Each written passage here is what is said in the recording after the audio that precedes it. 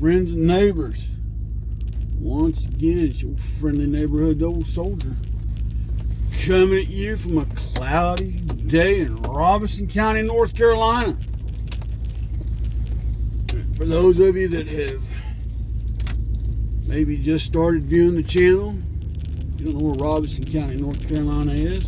One, it's the largest county in North Carolina. Two, it's the poorest county in North Carolina. But if you find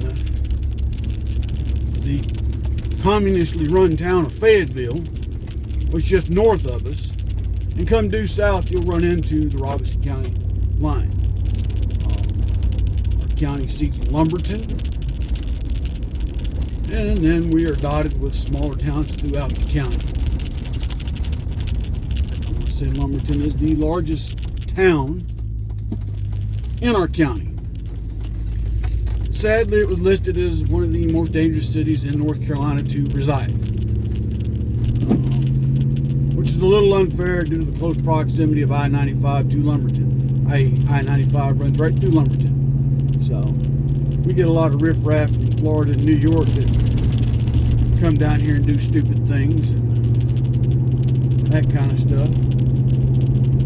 And then there's our own local brand of trouble here too. Won't lie. But anyway, that's for you, Brother Kyle. Hope this finds everybody doing well on this Friday. Make sure you're wearing red today of some sort. Remember, everybody deployed.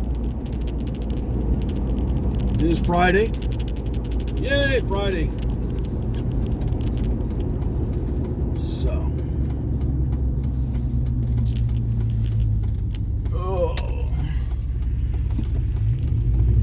As we progress, I'm headed off to work. Down back at the community college.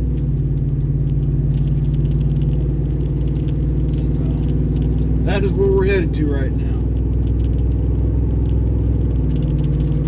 Alright, folks. What do we want to talk about this morning? Because there's just so much going on. Weaponization of the DOJ. The blatant lying to the American public. The lack of courage from the White House. The lies from the White House. Congress. Oh, the list goes on and on and on and on. Read an article about electric buses for schools. I forget which town was considered. I don't think it was here in North Carolina, just an article in general. About how good for the environment these electric school buses would be. And I thought, no, not really. But yet, they keep selling the propaganda and people keep buying it.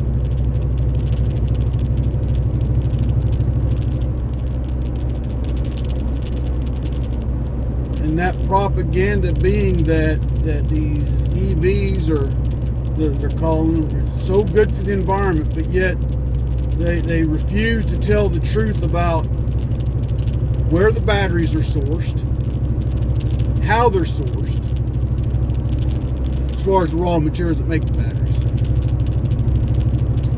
the amount of carbon fuel expended to get the materials to the plants here in the United States to make those batteries. Not to mention the amount of carbon fuel used to power the plants that manufacture those batteries and those vehicles.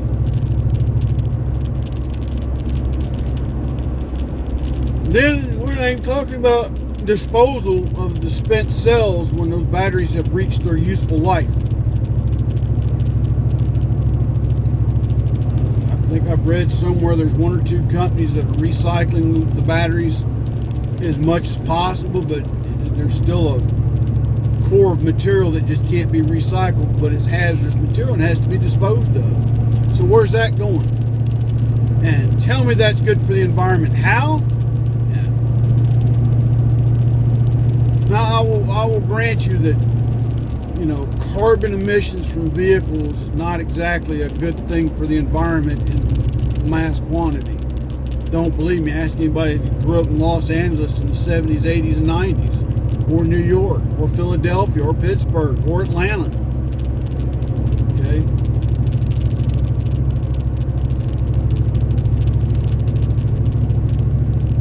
Chattanooga, matter of fact. Chattanooga used to have bad air pollution when they had all the factories going.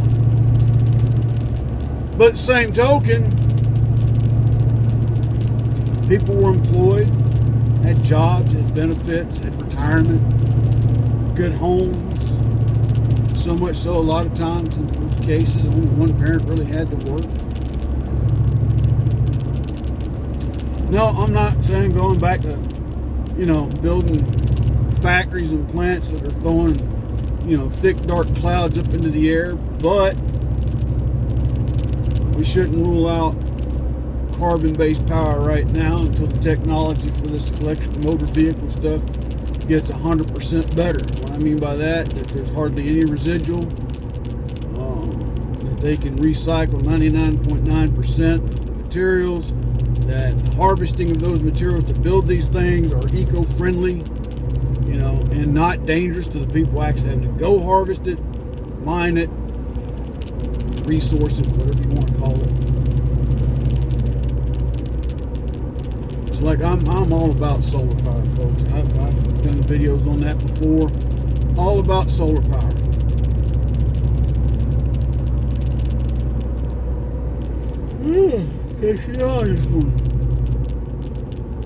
And the reason I'm all about solar power is this. In the event the power goes out, I don't have to fire up a generator. That's a given. So long as I've got that battery backup wall. The drawback is the cost of those batteries. Those battery walls, like Generac, there's Duke Power for advertising. You can get enough battery bank to power your whole house if you want, or you can get enough just to power your key essential circuits. Like, for instance, my house, if I ever wanted to go full solar, with a battery backup, and let's say I don't have the money to get the necessary battery system I want, but I got enough for a system. Oh, excuse me. I'm going to get battery backup to keep power my key essentials, which would be my refrigerator, my deep freezer, at least the outlets in my living room, okay, and my office, okay, and my well. Everything else, yeah, it'd be inconvenient in summertime. It can be hot. I can open windows. I can plug in fans to circulate the air. It won't be optimal, but there you have it. In wintertime, I can heat my house with alternate means, propane heaters. I can install a wood-burning stove. I could convert my whole house to gas heat, which I've actually thought about doing. There's options. The newer battery banks they're talking about, they're putting in these homes now, supposedly have a lifespan of 15 to 20 years, depending on how often your home has to use them as to how much they get drained and recharged. But make no doubt about it, you still need a generator. You're still going to need a generator. Why is that, old soldier? Well, on days that power's out and it's cloudy, solar batteries only gonna last so many days, depending on how much your power consumption is. So on days like that, you need a generator to fire up to recharge those batteries. That's why you have to be able to recharge those batteries. And sometimes that means firing up a generator to do that. That is on a grid-tied battery backup system. Because during the day, your home will be running off grid, and during peak hours, especially when you've got prime solar production going on, the majority of your household electricity will be coming off that solar array. So people always ask me, well, if I want to get solar in my home, what would you recommend? At a minimum, get a grid tied with a battery backup. Don't go just solar, because what people don't realize, in a straight solar powered home, if the grid power goes out, and what I mean by that, the solar powered home is tied to the grid, because all you're trying to do is reduce your electric bill or get a credit on your electric bill. That will work fine, because then at night you're running off minimal grid power. During a good bright sunny day, you got prime solar production going on. It's just, meeting the needs of your home. But if the grid goes down, so does your solar production. Because why? That electricity has nowhere to go to be stored, to be used. For me, optimal one day would be able to go completely off grid and run completely off solar and gas. Solar, gas, and wood stove. Why would you want a wood stove? Well, a couple reasons. Cook off of it, you can heat your home with it.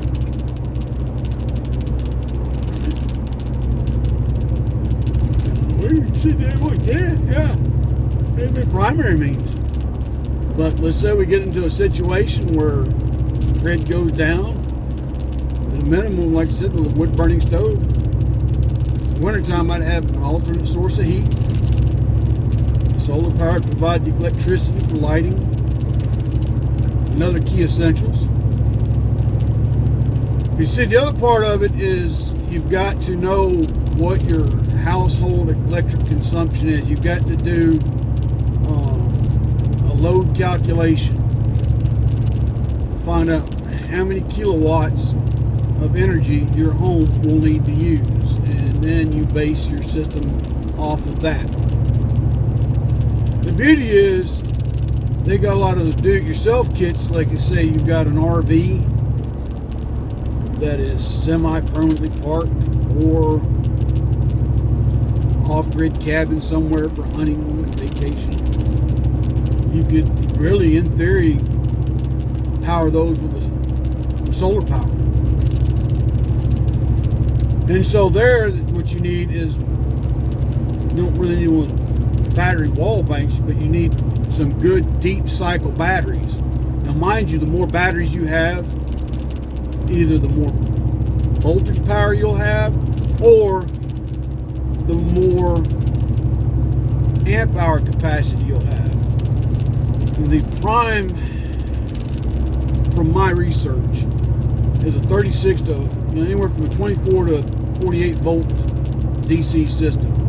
And you'll need batteries, a charge controller, and an inverter, and then of course your solar array. The solar array goes into the charge controller. The charge controller is going to the batteries. That prevents the batteries from being overcharged and also from being discharged beyond the point of ruining the cell.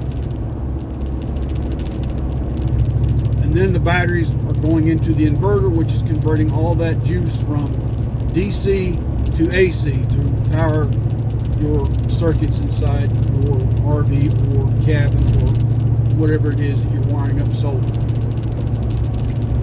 Well, what kind of deep cycle battery should you get? Well, that's the next debate. Some argue lithium ion.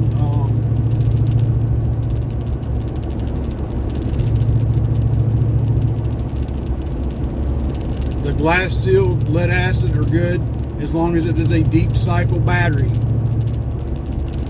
Marine batteries. Why marine batteries, old soldier? Because they're designed to be discharged down to almost 10% before really need to be recharged. Okay. Why is that? Because a lot of your sailboats, believe it or not, their electricals are powered by these deep cycle batteries. And the thing is, out there in a sailboat, you're not always going to have time to fire up a generator or what have you. And those batteries provide long-term electrical solutions for their power needs and consumption on those small vessels. And if you really want practice, go to Harbor Freight. Harbor Freight's got a little do-it-yourself solar kit. You've got to buy a few extra components like an inverter and the battery or batteries, depending on how large of a system you want. And you can build yourself an emergency solar power generator for your home. So in the event of an emergency, you have that readily available. All you got to do is set up the panels, plug them up, and then you're in business. So, like here, anybody here that lives down this way will tell you, during hurricane season, sometimes we get it rough. Okay, the last major one that come through here that did some damage was Florence. We were out of power for almost 2 weeks. That time I had my solar power generator going. The house had a regular generator. Now, I'm not gonna lie, I had a regular generator. But the solar power generator was able to power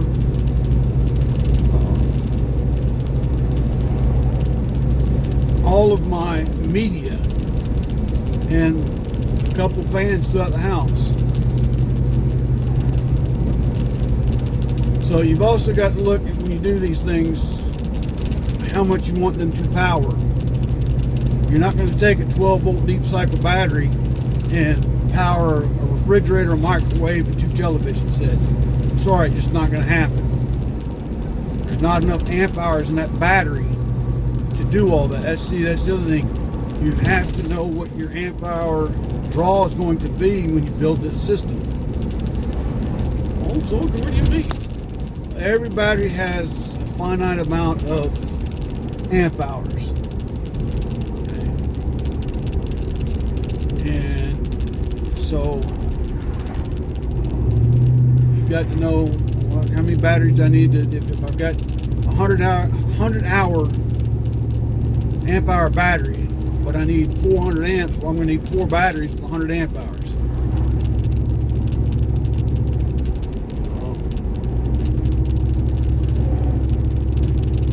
Catching the brain for it. But you'd have to wire those in. Someone's going to correct me if I get this wrong. I know they will, because sometimes I get it mixed up right now. But if you wire those batteries parallel, you will increase your amp hours. Whereas if you wire your batteries in series, you increase your voltage. So if I want to build a 24-volt system, and I've got 2 12-volt batteries, I can wire them in series. Alright, so now I set that series aside. That's a 24-volt at 100 amp hours. I take another one and wire it in series. That's another 24-volt with 100 amp hours. I take the 2 and I wire them parallel. Now I've got a 24-volt system with 200 amp hours of juice. And like I said, if you get a 24-volt system or 36-volt or 48-volt, one, you've got more power production and capacity per se, and cleaner. That also brings me to my next point. Converting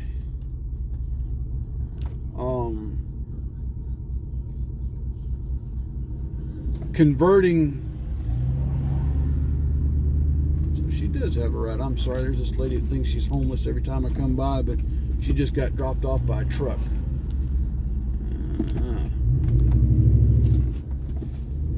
Stop sign.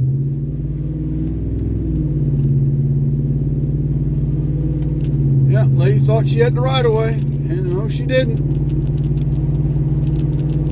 Anyway, your inverter, you've got modified sine wave and pure sine wave. If you want the cleanest production of energy, you need to go with a pure sine wave inverter. That also brings me to the next point. You need to make sure you need to do your calculations to figure out how many watt hours you're going to need to power the things you want, because by doing so will determine the size of inverter you need. Okay? How do you do that? Ohm's law. Voltage divided by current times resistance. Power, which is watts, divided by current times voltage. Old soldier, how do I figure all that out? You look at the labels of the equipment you're wishing to power. It will tell you how many volts and how many amps normally. And sometimes if it don't tell you the amps, it will tell you the watts. All you need is 2 knowns to get the other. So for example, if something tells me that it's running off of 120 volts and it's 1200 watt hours or watts. So 120 volts into 1200 watts would give me 10 amps. Okay. But now if I just know voltage and amps, what do I do to get watts? Well, I've already told you. You multiply the two. Then you can look at the power size power inverter you need. The other thing too is you can actually, if you really want to build a really diverse system, you can take that inverter and wire it into a sub panel. That way you've got circuit breakers that will distribute the power more evenly. See, just plugging straight into an inverter, okay, not always the best bet, because you start plugging in things all off on the same extension cord, you could eventually burn up the inverter based on the amount of amps you're pulling. So that's the next thing always, you know, if you really want to get fancy. And then last thing, I'm gonna close because I gotta get here to work. If you go to the home backup generator, you can also buy a generator sub-panel disconnect you can put into your house. So all you got to do is turn off the breakers. To the breakers you want powered by the generator, turn them on, fire up your generator, boom. So, anyway, that is your friendly advice from the old soldier today, folks. Y'all stay safe out there, stay vigilant. Until I get another one out. God bless, take care, old soldier out.